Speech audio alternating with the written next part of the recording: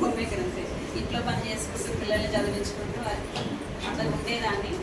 మాకు ఈ అవకాశం వచ్చేసి మేము ఇల్లు కట్టించుకున్నప్పుడు ఏంటంటే ఇంజనీర్ ఆ ప్లాన్ ఇచ్చినా సరే మాకు ఈ అవకాశం ఇచ్చిండు. గ్రేట్ అవకాశం, కానీ మాకు అప్పుడు తెలియకపోవడం వల్ల ఒక 1 year మేము వేస్ట్ చేసుకున్నాము.